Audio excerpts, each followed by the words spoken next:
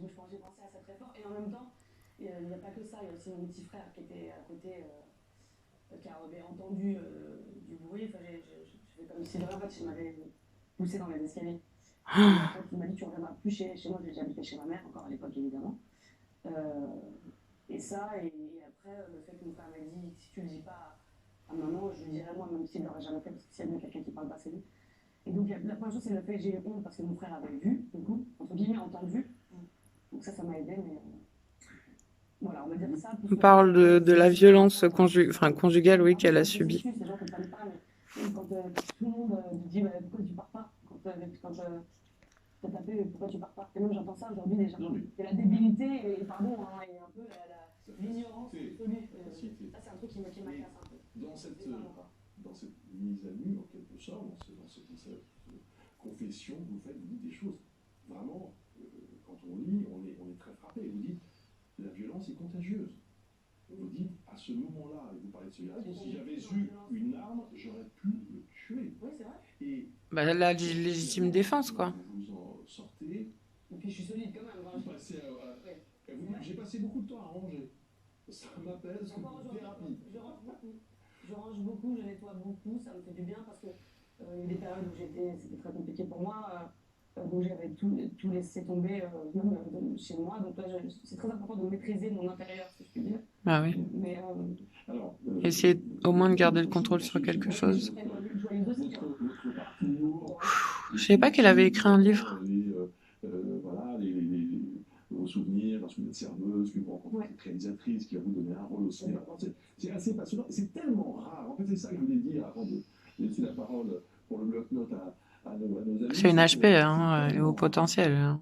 Qu'une artiste, un artiste, dise les choses comme ça. En général, les artistes, bon, gardent un voile de mystère pour dire les choses un peu. En tant qu'artiste, je pense que je parle en tant qu'humaine. Mm. Là, je suis une femme avant tout, avant d'être une artiste.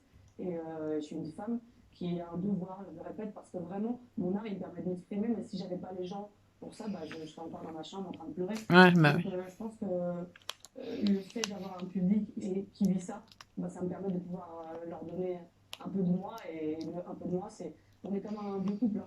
Ils prennent le meilleur et ils prennent le pire, quoi. Votre fille, votre mère, votre grand-mère Votre fille présente dans ce livre. Et je vais vous proposer un petit questionnaire sur les femmes de votre vie. Okay. On y va? Quelle est la chanteuse de votre vie? Celle pour qui vous avez le plus d'admiration? Il y en a beaucoup par contre. Hein. Ouais. Une que j'aime vraiment, tout le monde le sait, c'est Edith Piaf. Ouais. Oh putain, c'est exactement ce que j'allais dire. Piaf. Ah, il y en a beaucoup, mais... Brel. Ça paraît un peu bateau, les gens me disent ça tout le temps, mais Marion Cotillard, en fait, j'aime ce qu'elle est du début jusqu'à maintenant, parce que c'est pas du tout la fin. La réalisatrice. Rebecca Zatowski. Oui, qui vous a offert un rôle. L'humoriste. Elie Kakou. Elie Kakou, oh la chance. Ah bah oui, non, elle l'a pas connue, c'est... Oui, elle est inspirée. Moi, genre, dis Muriel Robin. C'est pas une femme, c'est... Attendez, mais il est souvent femme, donc. Alors là, c'est Madame Sarkozy. Madame Sarkozy. Vraiment une femme, l'icône de votre vie. Est-ce qu'il y a une femme qui vous... Oui, ma grand-mère. Très bien. Et enfin, votre C'est meilleure amie. attachant. Ma maman. Et ma fille. Donc il y en aura deux. La première, c'est ma mère, parce que je peux lui parler, mais ma fille, évidemment, ce sera ma meilleure amie. Vous dites dans ce livre, mon premier amour, c'est la musique. Carrément. Ouais. C'est ce qui l'a sauvé, je pense. Vous avez chanté dans les bars, vous avez auditionné à des émissions comme Nouvelle Star ou encore The Voice. Ah putain, j'avais fait Nouvelle Star, moi. La demi-finale est là. Depuis cette année, c'est spécial. Vous êtes dans une émission, dans un programme qui s'appelle The Voice. The Voice, ouais. Qui est dispo sur TF1+. Ouais, elle est là, ouais. Vous repêchez des candidats qui ont la chance de Cinquième juge. Le but, c'est de ramener un talent lors de la finale. Est-ce que The Voice Comeback, c'est pas un petit peu la revanche de Camille Lelouch? Alors, il y a un truc qu'il faut savoir, c'est que moi, j'ai pas de revanche, mais... Oui, parce qu'elle a pas gagné en finale, mais je crois que c'est ça. Tu veux faire payer quelqu'un de quelque chose, mais c'est vrai que je suis heureuse de me dire qu'aujourd'hui, par rapport à tout ce parcours où j'ai été moi-même talent, candidat, de pouvoir donner pour moi cette chance à d'autres talents, je trouve ça super, surtout que oh là là. Bien ce mot sauveuse. Elle est extraordinaire, cette femme. Dans l'ombre, et souvent ils oublient que je suis là. Donc c'est cool, ils disent c'est terminé. Et en fait, non. C'est la bonne surprise. Ouais, c'est la bonne surprise. Donc j'aime bien voir ce rôle-là. C'est vrai que c'est chouette. Voilà. Il y a une chose qui m'a beaucoup frappé aussi dans votre livre, c'est que Frappé. vous dites qu'à un moment, pour monter sur scène, vous Il se avez rend pas besoin compte. d'alcool. Voilà. Donc, En musique, oui. Bon, en humour, ça aurait été compliqué. mais Ouais, bah comme Johnny, hein, de whisky avant de monter sur scène. Hein. Vous expliquez ça, et vous dites que voilà, ça a duré un petit moment, que vous avez compris qu'il y avait un problème.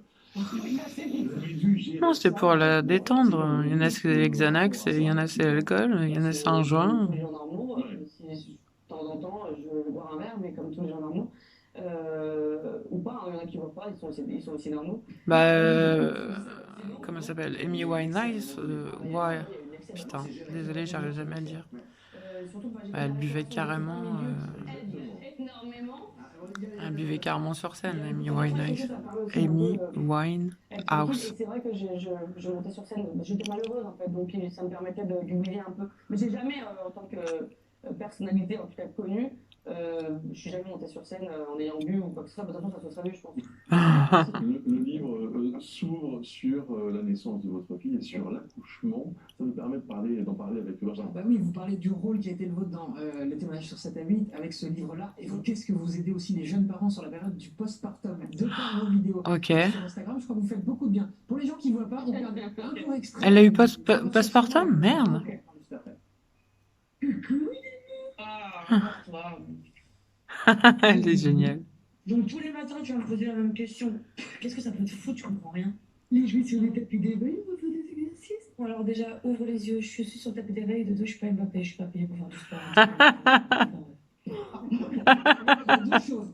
Là, on a pris un extrait où on se marre, et évidemment, c'est avant tout ça. Mais il y a aussi, je crois, vous n'hésitez pas à raconter les difficultés du postpartum, donc les semaines qui Oh suivent. putain, elle a Ça fait eu. énormément de bien. J'imagine que vous receviez énormément Ah oui. de parents. D'hommes et de femmes, mais bon, moi je suis une femme, donc je parle de ce qui se passe dans mon corps, puisque c'est moi qui ai pondu, si je puis dire.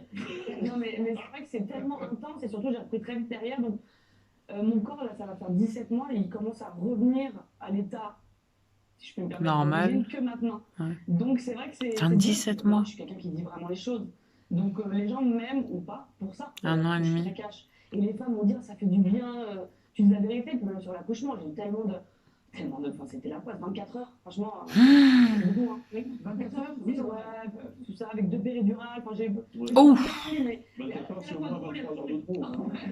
Elle voulait pas sortir. Je pense que c'était une blague. bonne journée, quoi. Ouais. Alors, je le disais, vous racontez dans votre livre, vous avez une galère, en tout cas vos années où vous voulez absolument devenir artiste et puis vous êtes obligé de vivre malgré tout et donc d'être serveuse. Alors on voulait... C'est un très beau métier au passage. Hein. justement, exactement. on va parler avec Je suis Christophe. entièrement d'accord. Je vais parler de ça parce qu'il vient d'y avoir des chiffres publiés par France Travail, c'est le nouveau nom de Pôle emploi. Il se trouve que serveur de café, Ah bon, ça a changé de nom? C'était le poste le plus recherché sur l'année 2023. Aujourd'hui, on en manquerait encore cruellement, notamment pour les JO de Paris. Il y avait plus de 100 000 postes à pourvoir sur l'année 2023, donc on espère que ça s'est un peu arrangé sur début 2024. Bah ouais, moi je peux plus participer. Des salaires très attractifs, des horaires absolument terribles, des rythmes épuisants. Ouais, c'est clair. Comment on fait pour redorer le blason de la profession? Eh C'est bien, clair. on relance un événement qui était culte, et ça faisait 11 ans que ça n'avait pas eu lieu, c'est la course des garçons de café. Ah oui, c'était drôle ça. Voilà à quoi ça ressemblait. Ouais, fallait arriver avec le plateau avec un maximum de verres pleins ou je sais plus trop quoi. Dans la restauration, il faut courir avec le tablier, Voilà. avec le plateau. Et attention, sur le plateau, il faut un verre d'eau, un café, un croissant. Et ne rien renverser. C'est pas compliqué là pour le. Le top départ sera donné sur le parvis de l'hôtel de ville. Ah, ils vont le refaire, c'est un truc de ouf. Fin du mois de mars. Il reste encore une dizaine de jours pour s'inscrire. Donc je ne sais pas si ça vous... J'ai pas le temps malheureusement, mais non, ça va. Un café, un croissant, ça je ne fais pas. Il y a 200 concurrents. Non mais, mine de rien, vous avez fait ce métier pendant quoi, une dizaine d'années? Ouais, presque 10. Vous en gardez quand même des bons souvenirs, parce qu'on sait que c'est difficile, mais c'est aussi un C'est travail. l'école de la vie. Ah oui, après on s'éclate, c'est le mot est fort, mais en tout cas. On apprend beaucoup, ouais. Enfin, ça va très très vite, évidemment. Humainement, on fait plein de choses, on est multifonction. Et j'étais très très maigre. Je me souviens, à cette période au tout début, j'étais à 44-45 kilos. En plus, on n'arrête pas de bouger. Marger, bah oui, on n'est jamais posé. C'est un très bon métier. Qui est un peu ingrat parce qu'on n'est jamais remercié, à part par les clients de temps en temps. Et les pourboires et les sourires. Les pourboires et les sourires, on vivait avec ces pourboires. Ouais, bien sûr. Bon, moi, c'était ma vie, hein. C'était ma thérapie, hein, hôtellerie-restauration. J'en ai eu un une fois. j'étais en plus, la pause, elle est vraiment Ric-rac, quoi. Et j'étais dans un dans mon petit coin de pause, je fumais, bon, pardon, ma cigarette, en 7 secondes, et le mec est venu de la terrasse pour me dire, j'ai ma Ferrari juste là au Baradovic, je t'emmène, et combien t'es payé? Alors je me dis, alors mon chéri, t'es mignon, mais tu vas aller te rasseoir, et moi je suis plus là ici. Juste en Baradovic, combien t'es payé par mois? Vous voulez dire, vraiment, laisse-moi finir ma cigarette. Juste là. Ah bon, c'était bizarre. Moi, j'en ai eu d'autres, hein, mais celui-là, il était drôle. Camille Lelouch, le livre est sorti chez Stock, ça s'appelle Tout te dire, c'est aussi tout nous dire. La photo, elle est pas terrible, hein. Ils auraient pu choisir mieux quand même, je trouve. Laissez-moi juste vous rappeler que des recherches... Elle est tellement belle. C'est l'actualité, on en reparlera tout à l'heure dans le journal de 13h, bien sûr, sur TF1. Des recherches vont reprendre le Gard et en Lozère pour retrouver les 4 personnes qui sont toujours parties. Merde, je savais pas. Les terribles intempéries de ce week-end. Merci beaucoup de nous avoir suivis. Merci à toute l'équipe. Ça fait mal au cœur. Merci une fois, Camille. Bravo, Camille. C'est Patrick Fury qui sera avec nous. Ah, ça c'est un super mec aussi, une très belle personne, Patrick Fury. C'est pas qu'un bon chanteur. Eh, j'ai tombé dessus par hasard, c'était fin, bah, c'est cool. D'habitude je regarde la 5. Ah, elle est géniale. Elle discute, elle est à l'aise, Dommage qu'on n'ait pas les micros là. C'était Bonjour avec Gustave Rideau, Véranda. Et voilà.